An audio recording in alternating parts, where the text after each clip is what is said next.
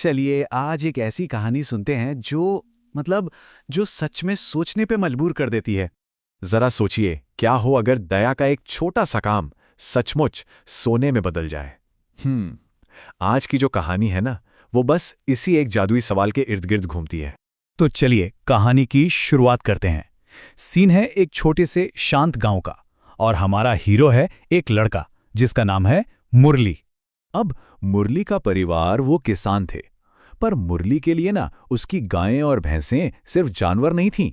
अरे वो तो उसके दोस्त थे। वो उनसे बहुत प्यार करता था और उनका खूब ख्याल भी रखता था।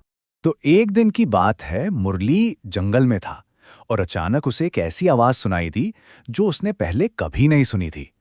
और ये आवाज, बस यूं समझ लीजिए कि उसकी जिंदगी बदलने वाली थी। और जैसे ही वो आवाज की तरफ गया, पेड़ों के बीच उसने कुछ ऐसा देखा कि उसकी तो आंखें फटी की फटी रह गईं। वहां एक गाय थी, पर यह कोई आम गाय नहीं थी। इसकी टांगें, अरे, इतनी लंबी थीं कि यकीन करना मुश्किल था। और फिर कुछ ऐसा हुआ जिस पर मुरली को बिल्कुल यकीन नहीं हुआ।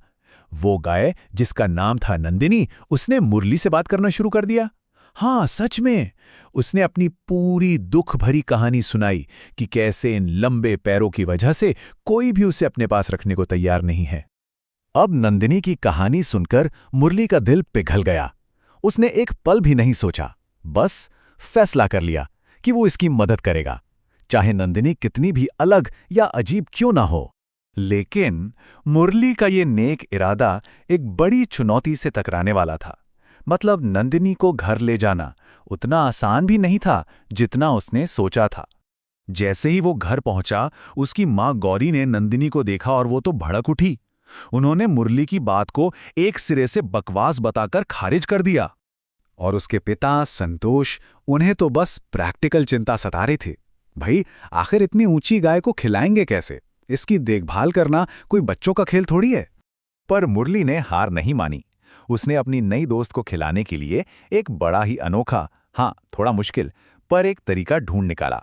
और इससे पता चलता है कि उसकी लगन और दया कितनी सच्ची थी।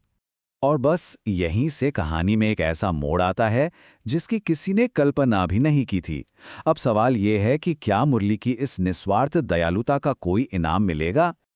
अब रोज रोज की इस बहस से तंग आकर मुरली ने सोचा, बस बहुत हुआ। उसने फैसला किया कि वो सबको साबित करके ही रहेगा कि नंदिनी कोई बोझ नहीं बल्कि बहुत खास है। तो वो सीढ़ी पर चढ़ा, उसने दूध निकाला और जैसे ही कटोरा नीचे रखा, एक चमत्कार हो गया। अरे, पलक झपकते ही कटोरे में जो दूध था ना, वो ठोस सोने में बदल गया। पूरा परिवार बस अपनी आंखों पर यकीन ही नहीं कर पा रहा था। और बस एक ही पल में सब कुछ बदल गया। उनका शक हैरानी में बदल गया और डर उसे बचाने की भावना में। नंदिनी अब कोई बोझ नहीं थी, वो तो एक दैवीय वरदान थी। लेकिन कहते हैं ना, इतनी बड़ी खुशी और इतना बड़ा राज ज्यादा देर तक छिप नहीं सकता। किसी की बुरी नजर उन पर पड़ने ही वाली थी। और वो बुरी नजर थी उनके पड़ोसी राकेश की। उसकी लालची नजर इस पूरे चमत्कार पर पड़ चुकी थी। और देखिए, जहां चमत्कार होता है ना, वहां लालच भी अक्सर पीछे पीछे आ ही जाता है। राकेश तो बस ईर्ष्या और पछतावे की आग में जल रहा था।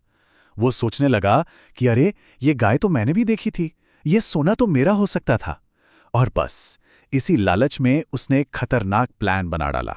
उसी रात जब सब सो रहे थे, उसने अपने प्लान को अंजाम देने की कोशिश की। पर किस्मत को तो कुछ और ही मंजूर था। उसकी ये लालची कोशिश ना सिर्फ बुरी तरह फेल हुई, बल्कि वो सबके सामने शर्मिंदा भी हुआ। अब इस पूरे हंगामे ने कहानी को उसके क्लाइमैक्स तक पहुंचा दिया।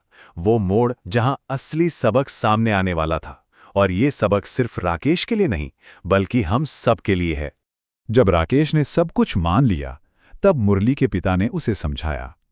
और राकेश को एक कड़वा सच समझ आया कि जादू उस गाय में नहीं था। जादू तो मुरली की निस्वार्थ दया और उसके सच्चे दिल में था। असली सोना वो रिश्ता था, वो धातु नहीं। तो हाँ, मुरली का परिवार उस सुनहरे दूध से अमीर तो हो गया, लेकिन उनकी असली दौलत उनकी दयालुता थी, जिसे उन्होंने हमेशा बनाए रखा। उन्होंने अपनी दौलत का इस्तेमाल पूरे गांव की मदद करने में किया और यह साबित कर दिया कि सबसे बड़ा धन तो दूसरों की मदद करने में ही है। और ये कहानी हमें एक सवाल के साथ छोड़ जाती है कि हमारी अपनी करुणा में, हमारी दयालुता में ऐसा कौन सा जादू छिपा है जो बस खोजे जाने का इंतजार कर रहा है। क्या पता सबसे बड़ा खजाना हमारे अंदर ही हो।